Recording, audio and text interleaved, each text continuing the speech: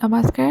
আজি মই কৃষ্ণকান্ত সন্দিকৈ মুক্ত বিশ্ববিদ্যালয়ৰ অসমীয়া বিভাগৰ এছাইনমেণ্টখিনি লৈ আহিছোঁ আৰু বাকীখিনিও লাহে লাহে পাই থাকিব। প্ৰথমতে আপোনালোকে ফাৰ্ষ্ট ছেমিষ্টাৰৰ যি লোক সাহিত্যৰ বিষয়ে বা লোকগীত সম্পৰ্কে যি প্ৰশ্ন দিছে সেই সম্পৰ্কে আপোনালোকে ধুনীয়াকৈ লিখি ল'ব পাৰে। আৰু যদি মোৰ এছাইনমেণ্টৰ এনচাৰটো ভাল লাগিছে তেনেহ'লে চেনেলটো ছাবস্ক্ৰাইব কৰি দিব আৰু এতিয়া ধুনীয়াকৈ লিখিব পাৰে। Thank U.